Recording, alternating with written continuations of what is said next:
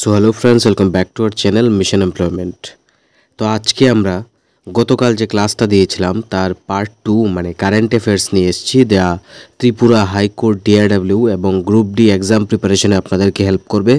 পাশাপাশি all other competitive exam যেখানে current affairs রয়েছে সেই সবগুলি এক্সামেই কিন্তু আপনাদের এই ক্লাসটা হেল্পফুল হবে। তো এখানে কি কি রয়েছে? Best study materials, conceptual understanding এবং এক্সাম ওরিয়েন্টেড প্রিপারেশন। তো চলুন কারেন্ট অ্যাফেয়ার্স বা সাম্প্রতিক ঘটে যাওয়া ঘটনা ও চলতি ঘটনাগুলি নিয়ে আমরা ক্লাসটা স্টার্ট করি।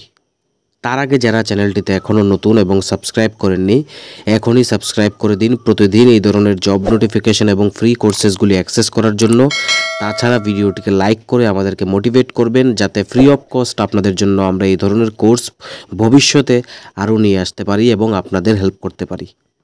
সো এখানে সাম্প্রতিক ঘটনা ও চলতি ঘটনা নিয়ে আলোচনা হবে। সময়কাল 6 থেকে 8 মাস মানে প্রায় নভেম্বর 24 থেকে মে 25 পর্যন্ত। তো জাতীয় পর্যায়ের কিছু গুরুত্বপূর্ণ ঘটনা 2024-25 সালের বাজেট একটু সংক্ষেপে আলোচনা করব, যেখানে প্রধান লক্ষ্য রাখা হয়েছে এই বাজেটে কৃষি, স্বাস্থ্য, রেল, প্রযুক্তি এবং গ্রামীণ উন্নয়ন। রেল বাজেটে বলা হয়েছে নতুন বন্দে ভারত এক্সপ্রেস রুট চালু করার কথা, আর এআই এবং ডেটা সেন্টারে বিশেষ বরাদ্দ রাখা হয়েছে। ডিজিটাল ইন্ডিয়া মিশনের সম্প্রসারণের কথা বলা হয়েছে। উমেন এম্পাওয়ারমেন্ট মানে নারী কল্যাণ, লক্ষ্মী স্কিমের নতুন সংস্করণের কথা বলা হয়েছে। পাশাপাশি গ্রিন এনার্জি মিশন মানে সোলার প্যানেল ও হাইড্রোজেন প্রযুক্তি প্রসারে জোর দেওয়া হবে। নেক্সট ইম্পর্টেন্ট টপিক জাতীয় নির্বাচন।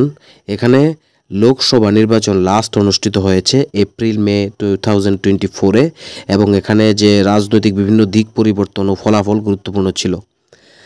এবার আন্তর্জাতিক স্তরের কিছু গুরুত্বপূর্ণ বিষয় যদি আমরা দেখি তবে চন্দ্রযান 3 সাকসেসফুল হয়েছে, মানে ইসরো চাঁদের দক্ষিণ মেরুতে সফলভাবে অবতরণ করেছে যা বিশ্বে প্রথম। এবং গ্লোবাল ক্লাইমেট সামিট, ভারতের নেতৃত্বে বেশ কিছু জলবায়ু উদ্যোগ গৃহীত হয়েছে যা গ্লোবাল ক্লাইমেট সামিটে আলোচনা করা হয়েছে। পাশাপাশি ইউক্রেন যুদ্ধ আমরা দেখব, এখানে অনেকেই আমরা জানি যে এখনও চলছে। ভারত কূটনৈতিক অবস্থান বজায় রেখেছে, কোনো হস্তক্ষেপ এখানে করেনি। পাশাপাশি চীন তাইওয়ানের উত্তেজনা কিন্তু সাম্প্রতিক সামরিক তৎপরতা বৃদ্ধি পেয়েছে তাদের সীমান্তে। তারপর রয়েছে ক্রীড়া জগৎ, যেখানে ক্রিকেট 2024-এ টি-20 বিশ্বকাপ ভারত সেমিফাইনাল পর্যন্ত পৌঁছায়, আর বিরাট কোহলি ও রোহিত শর্মা সীমিত ওভারেই অবসর নেন। সো নতুন ক্যাপ্টেন হার্দিক পান্ডিয়া টি-20-তে এবং শুভমান গিল ওয়ানডেতে। পাশাপাশি অলিম্পিকের যদি প্রস্তুতির কথা বলি তবে 2028 ভারতের লক্ষ্য 10+ পদক এবং মহিলা খেলোয়াড়দের অর্জন মীরাবাই চানু, সাইনা নেহওয়াল তারা আন্তর্জাতিক পদক প্রাপ্ত করেন। ত্রিপুরা সম্পর্কিত সাম্প্রতিক ঘটনা যদি আমরা দেখি তবে ত্রিপুরা শিল্প উৎসব 2025 আগরতলায় অনুষ্ঠিত হয় এবং স্থানীয় হস্তশিল্পের প্রসারে গুরুত্ব আরোপ করা হয়। আর ব্রডগেজ রেল সম্প্রসারণ বললে আগরতলা ঢাকা নতুন ট্রেন সংযোগ পরীক্ষামূলকভাবে শুরু হয়েছিল যা বর্তমানে কিছু ইন্টারনাল কারণে বন্ধ আছে। এবং জলবিদ্যুৎ প্রকল্পের কথা যদি বলি তবে গোমতী নদীতে নতুন প্রকল্প অনুমোদিত হয়েছে, মানে আপনাদের যে বাজেট রয়েছে সেই বাজেটে সেটা অনুমোদিত হয়েছে গোমতী নদীতে নতুন প্রকল্প করার জন্য। তাছাড়া ত্রিপুরা বিশ্ববিদ্যালয়ে নতুন কিছু বিভাগ এবং কোর্স চালু করেছে, উচ্চশিক্ষায় অগ্রগতি এর মাধ্যমে দেখা যায়। আর যদি সময় আমরা দেখি জুলাই 2024 থেকে মে 2025 পর্যন্ত, মানে সময়টাকে যদি একটু বাড়াই তবে এই মধ্যে অনেক কিছু ইম্পর্টেন্টগুলি যেগুলি জিনিস হয়ে গেছে সেগুলি আমরা এখন দেখব। লাস্ট আপডেট মে 2025 পর্যন্ত এখানে রয়েছে। আশা করি এই টপিকগুলির মধ্যে থেকেই পরীক্ষাতে আপনাদের জন্য কিছু চলে আসবে এবং আপনাদের কাছে এই ক্লাসটা হেল্পফুল হবে। যারা এখনও লাইক করেননি প্লিজ লাইক করে দিন, শেয়ার করে দিন সবার সাথে এবং চ্যানেলটিকে অবশ্যই সাবস্ক্রাইব করে দেবেন আমাদের যে মোটিভেশন রয়েছে সেটা হাই রাখার জন্য, যাতে এই ধরনের কোর্স আমরা আপনাদের জন্য অলওয়েজ নিয়ে আসতে পারি। সো ভারতের জাতীয় কিছু গুরুত্বপূর্ণ ঘটনা, অপারেশন সিন্দুর মে 2025 হয়েছে যা কাশ্মীর পুঞ্চ জেলায় সন্ত্রাসী হামলার প্রতিক্রিয়ায় ভারতের সার্জিক্যাল স্ট্রাইক ছিল। এবং গুরুত্ব যদি এটা আমরা দেখি তবে প্রতিরক্ষা নীতির দৃঢ়তা ও পাকিস্তানের প্রতি একটা মেসেজ ওইখান থেকে দেওয়া হয়েছিল যে আমরা কোনো ধরনেরই টেররিজম টলারেট করব না। তারপর ইন্দাস জল চুক্তি, যেটা ভারত এবং পাকিস্তানের মধ্যে ছিল, সেটা উত্তেজনার জেরে গুরুত্বপূর্ণ একটা চুক্তি, সেটা স্থগিত রাখা হয়েছে এবং জল সম্পদ কূটনীতিতে এটা একটা বড় সিদ্ধান্ত ভারতবর্ষের। তারপরে যদি দেখি যে অগ্নি ওয়ারিয়র 2024 ভারত সিঙ্গাপুর যৌথ একটি মহড়া হয় মহারাষ্ট্রে, যেখানে আন্তর্জাতিক প্রতিরক্ষা সহযোগিতা, ঠিক আছে, মানে সেখানে ভারত এবং সিঙ্গাপুরের যে আর্মি রয়েছে তারা যৌথ একটি মকড্রিল করেন এবং আন্তর্জাতিক প্রতিরক্ষাতে একে অপরকে সহযোগিতা করেন বা একসাথে তারা প্র্যাকটিস করেছিলেন এখানে, যেটা হয়েছিল মহারাষ্ট্রে এবং তার নাম ছিল অগ্নি ওয়ারিয়র 2024। তারপরে রয়েছে অস্ট্রাহাইন্ট 2024 ভারত এবং অস্ট্রেলিয়ার সেনার সাথে সেটা একটা মহড়া হয় পুনেতে এবং ইন্ডো প্যাসিফিক সহযোগিতার এটা অংশ হিসাবে বিবেচিত। খুব ইম্পর্ট্যান্ট টপিকগুলি এই টেবিলে সাজানো আছে, আপনারা অবশ্যই এটাকে নোট করে রাখবেন এবং এক্সামের সময় মুখস্থ না পড়ে এই কনসেপ্টগুলিকে বোঝার চেষ্টা করবেন, কারণ মুখস্থের একটা লিমিটেশন থাকে বাট কনসেপচুয়াল আন্ডারস্ট্যান্ডিংয়ের কোনো লিমিটেশন নেই। আপনারা এগুলি গল্পের মতো পড়তে পারবেন এবং পরীক্ষায় এখান থেকে কোনো প্রশ্ন আসলে একদম সহজেই আপনারা উত্তর দিতে পারবেন। নেক্সট রয়েছে অর্থনীতি ও শিল্পনীতি থেকে টপিক, যেখানে RODTEP স্কিম পুনরায় চালু করা হয় জুন 2025-এ। আর তার স্পেসিফিকেশন হচ্ছে, যদি বিশ্লেষণ করি, যে রপ্তানিকারকদের কর ছাড় সুবিধা বাড়িয়ে রপ্তানি ক্ষমতা বৃদ্ধি, মানে যারা রপ্তানি করে তাদেরকে ট্যাক্স একটু কমিয়ে একটু সাবসিডি দিয়ে রপ্তানি আরও বাড়ানোর জন্য, যাতে শিল্পে উন্নতি হয়। এবং অ্যাপেলের বিনিয়োগ আমরা দেখি যদি, তবে চেন্নাই ও উত্তরপ্রদেশে মডিউল ও চিপস তৈরি ইউনিট তারা করেছে এবং ভারতের উৎপাদন লক্ষ্যকে আরও দৃঢ় করেছে। তো অ্যাপেল কোম্পানি তারা চেন্নাই উত্তরপ্রদেশে মডিউল ও চিপস তৈরি ইউনিট গঠন করেছে, ঠিক আছে। এবং যদি আমুলের একটা উন্নয়ন দেখি বা ইমপ্রুভমেন্ট দেখি, তারা ইন্ডিয়ান ডেরি ব্র্যান্ডের আন্তর্জাতিক শক্তি প্রমাণ, মানে আমুল এখন ইউরোপেও তাদের কাস্টমারদের সার্ভ করবে, যেটা একটা ইন্ডিয়ান ডেইলি ব্র্যান্ডের যে তারা কতটা মজবুত এবং ব্যবসায়িক দিক দিয়ে কতটা সক্ষম তা প্রমাণিত করে। তাছাড়া ভারত যুক্তরাষ্ট্র বাণিজ্য আলোচনার কথাও কিন্তু রয়েছে, মার্কিন বাজারে ভারতের প্রবেশ ও কূটনৈতিক বাণিজ্য সম্পর্ক মজবুত করার ক্ষেত্রে। তারপর আমরা দেখব রাজনীতি ও প্রশাসনিক উন্নয়ন। দেখুন, দিল্লি বিধানসভা নির্বাচন 2025, যেখানে বিজেপির বড় জয়লাভ হয় এবং রেখা গুপ্তা এখানে মুখ্যমন্ত্রী হিসেবে তিনি দায়িত্বভার প্রাপ্ত করেন। তাছাড়া রাষ্ট্রপতি অভ্যর্থনা 26 জানুয়ারিতে ইন্দোনেশিয়ার প্রেসিডেন্ট প্রাবো সুবিয়ান্তো এখানে প্রধান অতিথি ছিলেন 26শে জানুয়ারি।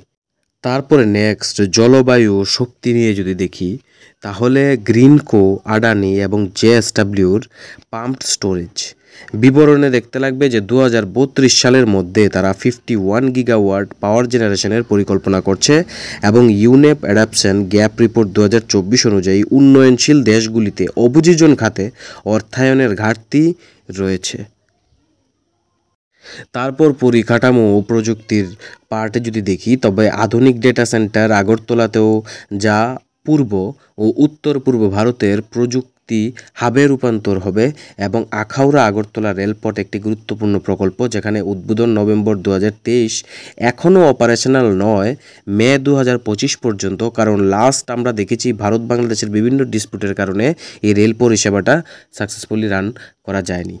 তারপরে পরিবেশ ও বন সম্পর্কে দেখলে যে হাতি করিডোর করা হয়েছে তেলিয়ামুড়াতে 2025 সালের শীতকালে শেষ হওয়ার কথা, ঠিক আছে, যাতে করে যে হাতি মানব সম্প্রদায়ের বিভিন্ন সম্পদ ধ্বংস করে তারা বন থেকে বেরিয়ে এসে লোকালয়ে চলে আসে, সেটা বন্ধ করার জন্য, তার পার্মানেন্ট সলিউশনের জন্য একটি করিডোর বানানোর ব্যবস্থাপনা করা হয়েছে গভর্নমেন্ট থেকে, যা তেলিয়ামুড়াতে করা হবে।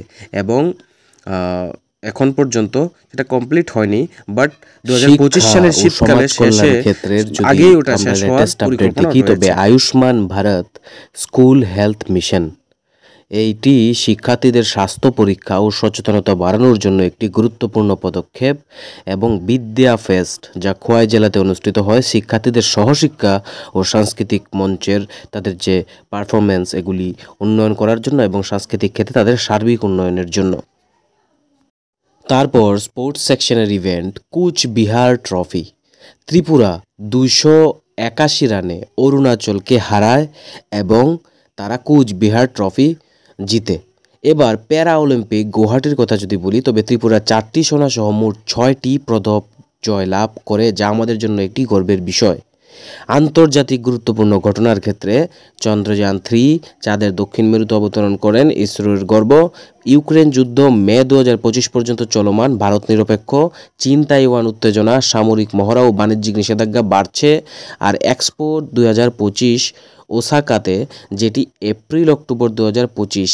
এখন এটার থিম কি? থিম রয়েছে designing future society for our lives, ঠিক আছে। এবং নেক্সট যদি দেখি কিছু গুরুত্বপূর্ণ দিন এবং তারিখসমূহ যেগুলি 2025-24 এবং ইম্পর্ট্যান্ট আমাদের নোট করে রাখা উচিত, সেগুলি হলো 12 জানুয়ারি জাতীয় যুব দিবস, স্বামী বিবেকানন্দের জন্মদিন হিসাবে এখানে পালিত হয়। 26শে জানুয়ারি প্রজাতন্ত্র দিবস, সংবিধান কার্যকরী হয়, যা প্রত্যেক বছরই পালিত হয়। 5 জুন বিশ্ব পরিবেশ দিবস, পরিবেশ রক্ষা সচেতনতা বাড়ানোর জন্য। 8 মার্চ হয়েছে আন্তর্জাতিক নারী দিবস, নারী সমতা বার্তা পৌঁছানোর জন্য সমাজে। 2 অক্টোবর গান্ধী জয়ন্তী, যেখানে অহিংসার বার্তা দেওয়া হয়। এবং ফাইনালি 4 ডিসেম্বর নৌবাহিনী দিবস, ইন্ডিয়ান নেভির গৌরব, ইন্ডিয়ান নেভি ডে। সো এখান থেকে যদি আমরা 3টা ইম্পর্ট্যান্ট কোয়েশ্চেন আপনাদের প্র্যাকটিসের জন্য দিই, তবে সেটি হবে অপারেশন সিন্দুর কোন অঞ্চলে পরিচালিত হয়? জম্মু ও কাশ্মীর। 2025 সালে প্রজাতন্ত্র দিবসে কোন দেশের রাষ্ট্রপতি প্রধান অতিথি ছিলেন ভারতবর্ষে? ইন্দোনেশিয়ার। নাম প্রেসিডেন্ট প্রবাও সুবিয়ান্তো। আর 2024 সালে ত্রিপুরা শান্তি চুক্তিতে কোন দুটি বিদ্রোহী গোষ্ঠী অন্তর্ভুক্ত ছিল? NLFT ও ATTF। ঠিক আছে, এখানে আরও ইম্পর্ট্যান্ট প্রশ্নগুলি রয়েছে। আমরা এই 3টা প্রশ্ন দিয়েছি যাতে আপনারা বুঝতে পারেন যে এই কনসেপ্ট যে আমরা ডিসকাশন করেছি তার থেকে কি কি ধরনের প্রশ্ন আসতে পারে, এবং আপনারা যদি কনসেপ্টটা গুরুত্ব সহকারে মন দিয়ে বোঝেন, তবে আশা করি এইগুলির মধ্যে থেকে যতগুলি প্রশ্ন আসবে আপনারা ইজিলি আনসার করতে পারবেন এবং পরীক্ষায় নিজের সফলতা নিশ্চিত করতে পারবেন। কিছু ইম্পর্ট্যান্ট দিনগুলি আমরা আবার দেখে নেব যাতে আমাদের মনে থাকে। 26 জানুয়ারি প্রজাতন্ত্র দিবস, ভারতের সংবিধান কার্যকরী হয়। 8 মার্চ আন্তর্জাতিক নারী দিবস, invest in women accelerate progress, যেখানে নারীদের সমতার বার্তা, তাদের উন্নয়নের প্রতি বিভিন্ন স্কিমস এবং তাদের উন্নতির জন্য এই দিনটা রাখা হয়েছে এবং সেখানে বিভিন্ন প্রোগ্রামও করা হয়। তাছাড়া 22 এপ্রিল রয়েছে ধরিত্রী দিবস, যেখানে পরিবেশ রক্ষা সম্বন্ধীয় আলোচনা বা থিম রয়েছে। 5 জুন রয়েছে বিশ্ব পরিবেশ দিবস, যেখানে land restoration, ডিজার্টিফিকেশন and drought resilience এগুলি টপিক, মানে আলটিমেটলি এনভায়রনমেন্টটাকে সেফ রাখা। তাছাড়া 15 আগস্ট রয়েছে স্বাধীনতা দিবস, যেটি 78তম স্বাধীনতা বর্ষ। কিছু ইম্পর্ট্যান্ট টপিক আলোচনা করে নেব যেগুলি পরীক্ষাতে আসার সম্ভাবনা 100% রয়েছে, যেমন প্রতিরক্ষা ও নিরাপত্তা ক্ষেত্রে ভারতবর্ষের কথা বলছি। অপারেশন ব্ল্যাক ফরেস্ট 2025 সালের মে মাসে ছত্তিশগড়ের নাক্সাল বিদ্রোহীদের বিরুদ্ধে পরিচালিত এই অভিযানে 10 জন বিদ্রোহী নিহত হয়। ভারত পাকিস্তান যুদ্ধবিরতি 2025 সালের মে মাসে ভারত ও পাকিস্তানের মধ্যে সরাসরি সামরিক যোগাযোগের মাধ্যমে যুদ্ধবিরতি চুক্তি স্বাক্ষরিত হয়, যা দুই দেশের মধ্যে উত্তেজনা হ্রাসে সহায়ক হয়। অর্থনীতি ও বাণিজ্য ক্ষেত্রে ভারতের অর্থনৈতিক অগ্রগতি 2025 সালে ভারত জাপানকে অতিক্রমণ করে বিশ্বের 4র্থ বৃহত্তম অর্থনীতি হিসাবে আত্মপ্রকাশ করে। তারপর রয়েছে ROD-TEP স্কিমের সম্প্রসারণ। সরকার রপ্তানিকারকদের সহায়তার জন্য এই স্কিমটি রপ্তানি ওয়ারেন্টেড ইউনিট মানে EOU বা অ্যাডভান্স অথরাইজেশন মানে AA এবং বিশেষ অর্থনৈতিক অঞ্চল মানে SEZ ইউনিটগুলি সম্প্রসারণ করে। তারপর রয়েছে নাগরিকত্ব সংশোধনী আইন মানে CAA বা CAA, যার বাস্তবায়ন 2025 সালের জানুয়ারিতে সরকার এই যে আইনটি তার নিয়মাবলী প্রকাশ করে, যা পাকিস্তান, আফগানিস্তান ও বাংলাদেশের অমুসলিম শরণার্থীদের নাগরিকত্ব প্রদান করার প্রক্রিয়া শুরু করে। তাছাড়া নতুন রাজ্যপাল নিয়োগ 2025 সালের মার্চে রাষ্ট্রপতি 6টি রাজ্যে নতুন রাজ্যপাল নিয়োগ করেন, যার মধ্যে ত্রিপুরার নতুন রাজ্যপাল হিসাবে ইন্দ্রসেনা রেড্ডি নাল্লু 26 অক্টোবর 2023-এ দায়িত্বভার গ্রহণ করেন। তাছাড়া যে বাকি রাজ্যগুলি রয়েছে তার মধ্যে বিহারে আরিফ মোহাম্মদ খান 24 ডিসেম্বর 2024-এ নিয়োগ পান। কেরালার রাজেন্দ্র বিষ্ণু আর্লেকার 24 ডিসেম্বর 2024-এ এবং মণিপুরে অজয় কুমার ভাল্লা 3 জানুয়ারি 2025-এ গভর্নর হিসেবে নিযুক্ত হন এবং মিজোরামে অবসরপ্রাপ্ত জেনারেল বিজয় কুমার সিং 24 ডিসেম্বর 2024-এ নিযুক্ত হন। নেক্সট, উড়িষ্যাতে হরিবাবু কাম্পাম পার্টি 24 ডিসেম্বর 2024-এ, রাজস্থানে হরিভাউ কিষাণ রাও বাগড়ে জুলাই 2024 এবং তেলেঙ্গানাতে জিষ্ণুদেব বর্মা 31 জুলাই 2024-এ গভর্নর বা রাজ্যপাল হিসাবে নিযুক্ত হন। বিস্তারিত তথ্য যদি দেখি তবে ত্রিপুরায় ইন্দ্রসেনা রেড্ডি নাল্লু 26 অক্টোবর 2023 সালে ত্রিপুরার 20তম রাজ্যপাল হিসাবে শপথ গ্রহণ করেন। তিনি তেলেঙ্গানার রাজনীতিবিদ এবং বিজেপির সদস্য। বিহার ও কেরালাতে আরিফ মোহাম্মদ খান কেরালার রাজ্যপাল থেকে বিহারের রাজ্যপাল হিসাবে স্থানান্তরিত হন এবং রাজেন্দ্র বিষ্ণু আরলেকার বিহার থেকে কেরালার রাজ্যপাল হিসাবে স্থানান্তরিত হন। আর মণিপুরে যে অজয় কুমার ভেল্লা স্যার, তিনি ভারতের প্রাক্তন স্বরাষ্ট্র সচিব 3 জানুয়ারি 2025 সালে মণিপুরের রাজ্যপাল হিসেবে দায়িত্বভার গ্রহণ করেন। আর মিজোরামের অবসরপ্রাপ্ত জেনারেল বিজয় কুমার সিং 2024 সালের ডিসেম্বরে মিজোরামের রাজ্যপাল হিসেবে নিযুক্ত হন। উড়িষ্যাতে হরিবাবু কাম্পাম পার্টি মিজোরামের রাজ্যপাল থেকে উড়িষ্যার রাজ্যপাল হিসেবে স্থানান্তরিত হন। নেক্সট রয়েছে রাজস্থান, যে হরিভাউ কিষাণ রাও বাগড়ে 2024 সালের জুলাই মাসে রাজস্থানের রাজ্যপাল হিসাবে নিযুক্ত হন। আর তেলেঙ্গানার ত্রিপুরার প্রাক্তন উপমুখ্যমন্ত্রী জিষ্ণুদেব বর্মা 31 জুলাই 2024 সালে তেলেঙ্গানার 3য় রাজ্যপাল হিসাবে দায়িত্ব গ্রহণ করেন। Then one more important fact about Indonesia BRICS new development ব্যাংকে যোগদান করেন এবং ইন্দোনেশিয়া ব্রিক্সের যে সদস্যপদ লাভ করেন নিউ ডেভেলপমেন্ট ব্যাংকের, যা দক্ষিণ পূর্ব এশিয়ার অর্থনৈতিক সহযোগিতা বৃদ্ধি করে। বিজ্ঞান ও প্রযুক্তির দিক দিয়ে দেখতে গেলে ইসরোর নতুন স্যাটেলাইট উৎক্ষেপণ 2025 সালের ফেব্রুয়ারিতে ইসরো সফলভাবে GSAT-30 স্যাটেলাইট উৎক্ষেপণ করে, যা ভারতের যোগাযোগ ব্যবস্থাকে উন্নত করে এবং বিশ্ব স্বাস্থ্য পরিষদে ভারতের ভূমিকা। 2025 সালের মে মাসে বিশ্ব স্বাস্থ্য সংস্থার 78তম সাধারণ পরিষদে ভারত সক্রিয় অংশগ্রহণ করে, যেখানে 429টি জনস্বাস্থ্য ঝুঁকি চিহ্নিত ও যাচাই করা হয় as per data of World Health Organization বা WHO। পরিবেশ ও জীববৈচিত্র্যের কথা দেখলে যে হাতি করিডোরটি নির্মাণ হবে খোয়াই জেলার তেলিয়ামুড়া সাবডিভিশনে, তা যখন হাতি জঙ্গল থেকে বেরিয়ে এসে লোকালয়ে মানব বিভিন্ন সম্পদ ধ্বংস করে, এই ধরনের যে বিপর্যয় হয় তা মোকাবেলা করার জন্য এটি নির্মাণ করা হচ্ছে। তাছাড়া নতুন প্রজাপতির যে প্রজাতি আবিষ্কার হয়েছে ত্রিপুরায়, ব্যান্ডেড রয়্যাল বা রচনা জলীন্দ্র ইন্দ্র নামক একটি বিরল প্রজাপতি, যা প্রথমবারের মতো আবিষ্কৃত হয়েছে। এবং প্রশাসনিক ঘটনা দেখলে অবৈধ অভিবাসন প্রতিরোধ, ত্রিপুরা সরকার বাংলাদেশ ও মায়ানমার থেকে অবৈধ অভিবাসীদের প্রবেশ রোধে কঠোর পদক্ষেপ গ্রহণ করেছে। তাছাড়া গুরুত্বপূর্ণ দিন ও তারিখ 2024-25-এর আমরা যদি দেখি তবে 20 মে বিশ্ব মৌমাছি দিবস, যা পরাগায়নকারী প্রাণীর গুরুত্ব সম্পর্কে সচেতনতা বৃদ্ধি করে। 21 মে আন্তর্জাতিক চা দিবস, চা চাষিদের অবদান ও চা শিল্পের গুরুত্ব উপলব্ধি। 29 মে আন্তর্জাতিক জাতিসংঘ শান্তিরক্ষী দিবস, জাতিসংঘ শান্তিরক্ষীদের ত্যাগ ও অবদানের স্বীকৃতি প্রদান করে। আর 5 জুন বিশ্ব পরিবেশ দিবস, যার থিম রয়েছে পরিবেশ সংরক্ষণ সম্পর্কে সচেতনতা বৃদ্ধি। আর 8 মার্চ আন্তর্জাতিক নারী দিবস, যেখানে নারীর অধিকার ও সমতা সম্পর্কে সচেতনতা বৃদ্ধির থিম রয়েছে।